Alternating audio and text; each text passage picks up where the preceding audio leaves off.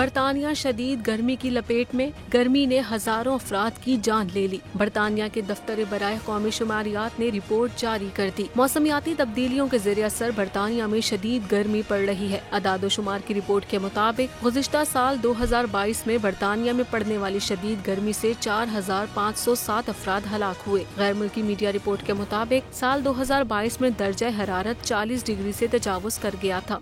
तब 4507 अफराद गर्मी से लुक़मा अजल बन गए। रिपोर्ट में कहा गया है कि अमवात का सबसे ज्यादा खतरा दारुल हुकूमत लंदन में देखा गया, जहां दर्जा हरारत 29 डिग्री से तजावुज कर गया। गुज़िश्ता साल शाये होने वाली सेहत आमा के बैनुल अक़वामी माहिरीन की एक तहकीक में बताया गया था कि 30 मई से 4 सितंबर 2022 तक यूरोप में गर्मी से मुताल्लिका वजूहात से 61,672 अफराद हलाक हुए और सबसे ज्यादा अमवात इटली, यूनान, स्पेन और पुर्तगाल में देखी गयी।